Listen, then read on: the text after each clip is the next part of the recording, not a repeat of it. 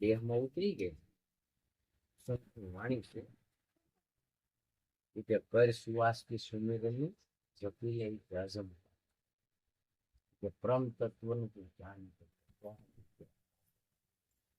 કે સોહમ પુરોવી લે પવનમાં બાંધીને મેરું લસું કે બ્રહ્મ ગાંઠને રુધિર ધરી લે પછી નીચકીનું નામ લે કે માળા હે નિજ શ્વાસ की फेरेंगा दास કે સ્વરાશી ભટકેની અને ઘટે કર્મથી બસ. હવે આ માળા એને ફેરવી તે અનંત બ્રહ્માંડો નો ઉદય થયો. અનંત બ્રહ્માંડ એટલે સદગુરુ છે અનંત બ્રહ્માંડ કારણ કે અનંત બ્રહ્માંડો ની રચના કરે ને અનંત બ્રહ્માંડો એમાં પાછા લઈ ગયા. એને અનુભવ કરીને કીધું કે સોહમ અશ્વિની દિવ્ય. શું કીધું? હવે આ સોહમ ને ઓળખો તો એને આરાધનાદ ની વાણી છે કે સોહમ અશ્વિની દિવ્ય ખંડા દીપ સીતા સો દીપ થી દીપ પ્રગટે. કોઈ એમ કહેતું હોય કે એમને પ્રગટે એમને દીપ થી દીપ એવે દીપ શીખાશો પ્રસંડા આત્મા અનુભવ સૂક્ષ્મ પ્રકાશ. આત્માનો અનુભવ સૂક્ષ્મ છે એનો પ્રકાશ છે ઊંઝા એવું છે. સૂક્ષ્મ પ્રકાશ તવ ભવ મૂળ ભેદ બ્રહ્મ નાશ. તમાર પરમ છે બધી પાંડી લે તો સાક્ષાત કે તવ ભવ મૂળ ભેદ બ્રહ્મ નાશ કે કારણ રૂપી એમાં ભક્તિ પડી કાઢે. કારણ રૂપી ભક્તિ એમાં કાઢે તો આપણને જે કર્મ કરો તો એનું કર્મ લાગતું નથી. નકર તમામને કર્મ કોઈને મુકતું નથી. કારણ ભક્તિ કાજા કે એક પલક મેં જતી હોવા જતી ઉઠા હોય સંતો આ વસન ના શેરા. કારણ કે બ્રહ્મ બ્રહ્મ કરીને તો સબ કોઈ પોકાય પણ બ્રહ્મ દુવાર ન મળે તો પ્રવેશ ક્યાંથી થાય? બ્રહ્મ દુવાર ન મળે. બ્રહ્મ છે એક હિંડ હિંડ બ્રહ્માંડ. હવે એમાં પ્રવેશ ન થાય તો એ બ્રહ્મ ને ઓળખે કારણ કે બ્રહ્મ છે એ વાસ છે કારણ કે અવાસ્ય પણ છે. હવે એમાં પ્રવેશ થવા માટે પોતાની ક્રિકેટ નું જો પાન કરતા શીખે. ક્રિકેટ છે અદ્ભુત દ્રષ્ટિ છે કારણ કે જ્ઞાન ને અજ્ઞાન નો બે નો જે ગેપ છે એ અદ્ભુત શક્તિ છે. હવે આમાં પ્રવેશ માણસ થાય તો અદ્ભુત શક્તિ એટલે જ્ઞાન અદ્ભુત જ્ઞાન છે. અદ્ભુત જ્ઞાન કહેવાય. પછી અદ્ભુત રામાયણ કેવી રીતે કહેવાય કારણ કે એમાં ત્રણ લોક બસે આકાશ પાતાળ ને પૃથ્વી. આ ત્રણેય લોક એમાં બસેલા છે. હવે ત્રણેય લોકમાં આ જીવની ઉત્પત્તિ એમાં ત્રણેય લોકમાં છે આકાશમાં પાતાળમાં. હવે આ જીવથી શિવ ને જીવ આ એનું ઉત્પત ભજન છે. હવે આ બ્રહ્માંડ જે ઉર્જા છે એ બ્રહ્માંડ છે પરિભ્રમ છે શું છે આત્મા છે. માણસ મરે શિવ મરતા નથી પણ એ અમર કેમ છે એ મરતા કેમ નથી? માણસને મરવું પડે શિવને કેમ મરવું ન પડે? હવે ઈ એક શક્તિ છે એનો અનુભવ આપણે લઈ આવીએ તો આપણે આ એક કુવામાં વોટર નાખી પાવર આવે એટલે ધણે રાખી શેડો બાંધેલો ને પડ થઈ જાય બળી જાય. એમાં સદગુરુ જે છે એ કે ભાઈ શરણ કરી લે ગુરુ કે એની જ્ઞાન ની તું વિદિત કરી લે અને સમજીને એની વિદિત કરવી. આજે હાઈ પાવર હાલી રહ્યો હવે એ હાઈ પાવર ને આપણે હાઈ પાવર જે દોરી લેન જ આવે પણ આપણો શેડો ના નો અડેડી તો આપણો એટલે થોડો થાય અંધારું રે. એ સદગુરુ કહે તે એની વિગત કરી લે એ કે દોર બાંધ્યા એના અષ્ટદળ કમળ ઉલટા. ભાઈ જેના દોર બાંધ્યા ને એના કે જ્ઞાની સૂક્ષ્મ આહાર નિંદ્રા ને વાર જ્ઞાની તારા જોગ તંત્ર એ કે બંક નાળના રાય પલટ્યા મન પવન વિના આ ભમર કરે કે આ શ્વાસ ને ઉશ્વાસ કારણ કે એ મન પવન વિના ના કે ગુજાર કરે એ કે જ્ઞાની તારા જોગ તંત્ર ને વિશે. પછી કે ભજન કરતો જાગ દે હવે આપણે ભજન કરીએ હેની માથે, આપણે ભજન પૃથ્વી માથે કરીએ ત્યાં હોય તો. હવે ગગન આપણને જ્યાં સુધી મળે નહીં ત્યાં સુધી આ નર પેઢો આપણે એને ભાળવી નહીં. જે પુરુષ મહાપુરુષ આપણે એને ભાળવી નહીં. કારણ કે ભજન કહેતો જા ગગનમાં ના અખંડ નામની છે ધારા. હવે અખંડ નામની ધારા જો આપણને એમાં કોટિક ભાણના ભલે પ્રકાશ હોય કે જ્ઞાન છે એટલે કોટિક ભાણ કહેતા કે એમાંથી ઘડાઈને આવ્યા છે. બ્રહ્મરંધ્ર કહી તો કહેવાય કે ભાઈ બ્રહ્મહિંડ કહી તો કહેવાય. સાંભળાનું છે, હાડનું છે, માંસનું છે. હેનું પેલા તો આપણે આ પાણી પીએ નિહાળીને તો બ્રહ્મને ઓળખવા એટલે એ બ્રહ્મ તત્વને ઓળખવું એટલે એ થોડીક ગુરુ મહારાજની કૃપા હોય, એની લહેરમેર હોય, એના સારી હાથ માથે હોય वो ઓળખાય નહીં, બ્રહ્મ હિન્દ ઓળખાય નહીં. એ કે કોટિક ભાણનો છે એમાં પ્રકાશ. પણ જો એ કે આ ગુરુ મળે તો ભ્રમણા ભાગે ને ઘટો ઘટ જોઈ સાકી ભાઈ. નકર પ્રેમ ની વાત તો સૌ ભાઈ બહેન નો પ્રેમ, મા દીકરાનો પ્રેમ, બે માણાનો પ્રેમ, બાપ દીકરાનો પ્રેમ, ગુરુ શિષ્યનો પ્રેમ, પણ ગમે એના વાંધો પડે ને પડે. પણ આ જો ઘડ બેહે તો એ કે ભ્રમણા ભાગે ને ઘટો ઘટ જોઈ જાગે ભાઈ. હવે ઘટો ઘટ જોઈ જો જાગે પોતે પોતાને નિહાળી શકે તો ઘટો ઘટ જોઈ જાગે. ઘટો ઘટ જોઈ જાગે તો ઈ રોમે રામ જાગે ભાઈ. રોમે પછી રામ જાગે. ઈ કે એના કાળ ભાગે. કોના કાળ ભાગે? રોમે જાગે ને એના કાળ ઈ કે ભાગે ભાઈ. હવે કાળ ને આપણે કાળ છે માણસને ખબર નથી એટલે મૃત્યુનો ભય લાગે કે ભાઈ મૃત્યુનો ભય લાગે ને આપણે. પણ હવે મૃત્યુ છે એ આપણે સમજતા નથી કે આ મૃત્યુ શું કહેવાય એટલે આપણને ભય છે. બાકી મૃત્યુને નિહાળી લાવે તો પછી ભય ની નિર્ભય છે. પછી તો એ કાલનું નો વિચાર, જે કઈ છે એ ઈશ્વરની બધી લીલા છે. શું છે આ લીલા છે? અને માયા કરીને માયાને આપણે ઓળખતા નથી કે આ હું માયા કેવી કોણ. માયા સમજાઈ રહી તો પાર આવી જાય. માયા જો માણસને સમજાઈ જાય તો પાર આવી જાય. કારણ કે જે આ ભગવાને લક્ષ્મી છે એ કે બહુ લક્ષ્મી હોય તો એ કે ભાઈ નો સારું ભજન નો. એટલે ભાઈ એ લક્ષ્મીની જરૂર છે તો આ બધું થાય, નકર ન થાય. એની જરૂર છે. અણધન હોય તો હું અણધન ની કે બહુ હોય તો એ આપણને હેલો પેલા ભાઈ એની જરૂર છે પણ એને વિગતે વાપરતા તો એની જરૂર છે. પણ માયા તો એવી છે કે જેને માયા જો મળે ને તો એનો બેડો ભાઈ.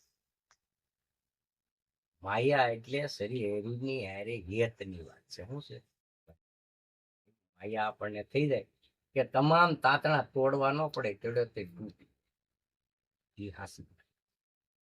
પછી ઈશ્વર હારે એક તાર રે માયા છે. નકર જે આ બધા રસ બનાવ્યા પછી જે કઈ આ બધી આપણે આંખે નિહાળી રાશી એ તમામ વસ્તુ આને આપણે લાયક ન હોય તો ઈશ્વરે બનાવી ન હોય ને, હે તો એને મૂકી ન હોય ને. જે આપણે જેને આપણે કહી શકીએ કે આપણને બહુ નડે છે. કારણ કે કાળ, ક્રોધ, લોભ, મોહ, મધ ને અહમ આ આપણને નડે છે. પણ હવે એને સમજી લઈ તો નો નડે. સમજીને હાલવા મળી તો નો નડે. એને આપણે સમજતા નથી એટલે આપણને ભયંકર લાગે છે. હવે આ ન હોય તો આપણો દેહ નો બંધાય.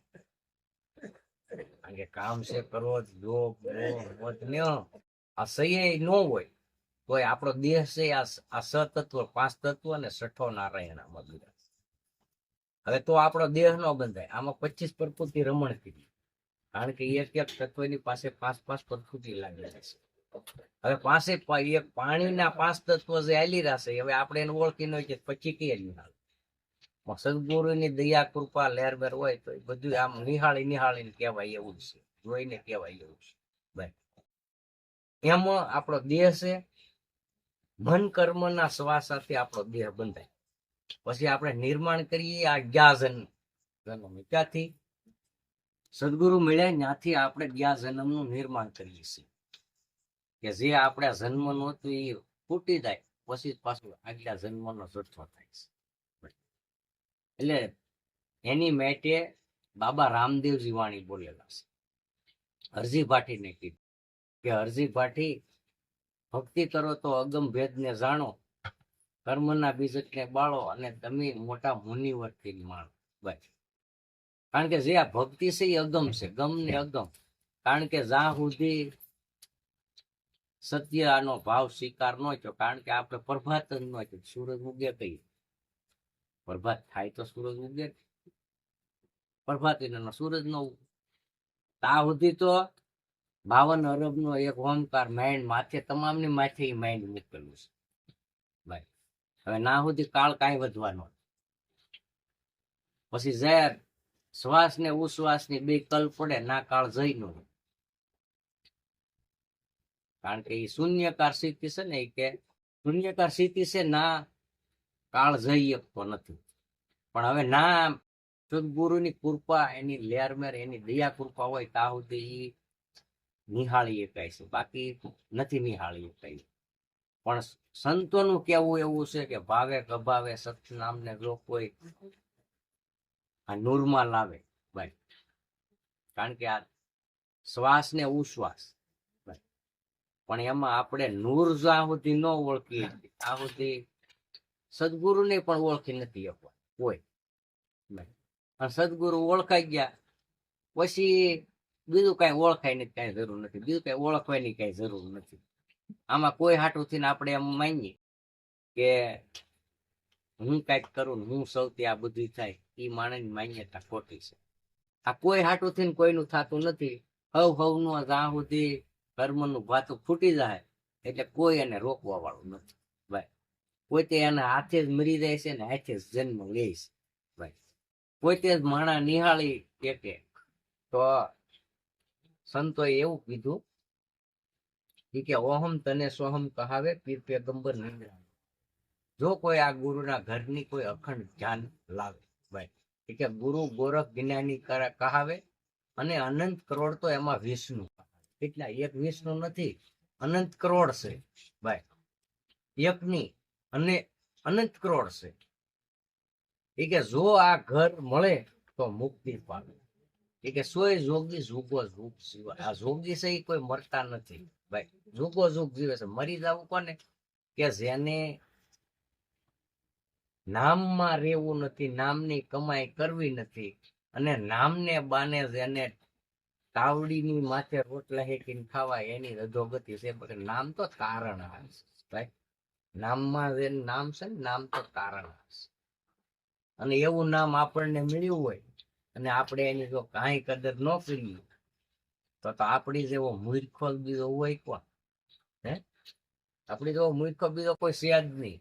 કારણ કે સ્ત્રી ને પુરુષ તફાવત જાજો છે જ નહીં. કોઈ કોઈનું કર્મ સંભાળે, કોઈ નાનું છે નહીં ભાઈ. આમાં નાનો મોટો કેવો પણ બધા શબ્દ એકાશ ભાઈ. પણ કર્મને લીન માણા નાનો અને મોટો છે. કર્મ જો સંભાળે એનું પોતાનું, એને લીન જ છે. અને તમામ નર છે નારાયણ છે. નારી તું નારાયણી, નારી નરકની ખાય. નારી થી નર નીપજે, નીપજે મોટા મુનિ છે. કારણ કે નારી નો હોય તો આ નર નીપજે ક્યાં? હે? એટલે કોઈ નાનું કે કોઈ મોટું નથી. પણ માણા ભક્તિ કરી તો ઈ માણસને ખબર છે કે ભાઈ હાલો આખલે પુરુષ છો તો ઓલે ખાલે હું નારી છું કે પુરુષ છું. એવું હે? સંતોએ કીધું ભાઈ હાલો આખલે, અમુક સંતો એવું કીધું ને કે આખલે મારે હમે અવતાર લઈ લેવાનો છે. સંતોના એવા અમુક ના લેખે પીડ્યા છે, નથી એવું નહીં ભાઈ. હવે આ જ્યાં સુધી ભક્તિ છે એ સહેજે સહેજે અનુભવ છે કે માણસના એમાં અનુભવ, ખાલી અનુભવ ને નિજ અનુભવ તફાવત એમાં ઘણો. અનુભવ પોતાનો હોય એ નું હાલે, પણ નિજ કેતા એ ગુરુ. નિજ અનુભવ જેનો હોય એ સચોટ વાત છે, એ આત્મા સાક્ષી એ વાત છે, સદગુરુની સાક્ષી એ વાત છે, એ સહી કરી આપે. એને સંતોએ મોસાફ કરવાનું. એની સહી થાય ને એ મોર સાફ કરો. એમ માણસ પરા પશ્ચિમ થી મધ્યમ અને વેખરી આ ચારેય અવસ્થા વાણીની છે. એ ચારેય પ્રગટા, કારણ કે જે નારાયણ સ્વરૂપ આપણે જેને કહીએ છીએ, નારાયણ સ્વરૂપ પોતે તમારા દેહમાં જાવ એટલે તમને પોતે દર્શાય કે આ શું કહેવામાં. હવે વૈરાટ સ્વરૂપ તમે કહો તો વિશ્વ વૈરાટ સ્વરૂપ. હવે એના શરણે તમે હો તો મન રૂપી શરણે તમે હો. પણ હવે એ આપણે અનુભવ રૂપી આપણે આંખ જાગે, અનુભવ રૂપી આંખ કહેતા કોઈ એવી આમ નેત્ર નથી ખુલતું, તો કલ્પિકારોએ સાપી દીધું. પણ અનુભવ એટલે સદગુરુ સાક્ષીએ જે તમને અનુભવ થઈ રહ્યો હોય નામ સમરણ, એનું નામ નિજ રૂપ. હવે આવી આંખ એટલે જે તમારા અહમના જે પડળ હોય એ વયા જાય અને તમને જે પોતે શુદ્ધ સવર તમારો હાલતો હોય અને એમાં જે તમને કઈ કલ પડી જાય બંધ રહે, એટલે એને સંતોએ કીધું આમ રૂપી માણસને કલ પડી જાય. કારણ કે આપણે જેમ જમવાની 3 ટાઈમ 2 ટાઈમની આદત જેને હોય એમાં આ નામ છે એની માણસની આદમ દેહ છે અને અન્નનો ખોરાક છે, આત્માનો ખોરાક છે ભજન છે. પછી ભજન આ દેહનો અને આત્માનો માણાને સતત તાર લાગી જાય તો આ પાણીથી પણ માણસ જીવે. આ મારો મધુબાપા દયા ત્યાં પછી મેં અનુભવ કરેલો. એવું નથી ચાલો તમારે 3 ટાઈમ કે 2 દી કે એમ ખાવું જ પડે. કદાચ 8 દી ન ખાવ તો શક્તિ એથી વધારે તમારા શરીરમાં આવે અને પાણીનું બધું બને છે. આ પાણીનું આમાં જે આ દેહમાં સહતત્વ છે ને એ પાણીમાં સહતત્વ છે ભાઈ. એમાં આડે બને છે, માસે બને છે, લોહી બને છે અને જે આપણે આ પ્રકાશ રૂપી તેજ એ પણ એમાં બને છે ભાઈ. આ મધુબાપા દયાથી એટલો અનુભવ છે કે એમાં છે ને જળમાં સહ્ય તત્વ તમે અન્ન કદાચ ન ખાવ પણ એ ભજન સતત તાર જો હાલે તું આ થાય, નકર હાલે. હા, નકર ભૂખ પછી બધાને ખાવાય મળવું પડે ભાઈ તરત. બીજો વાવાય દે તો ભૂખે લાગવા મળે, તરે લાગવા મળે, નકર બધું અકળ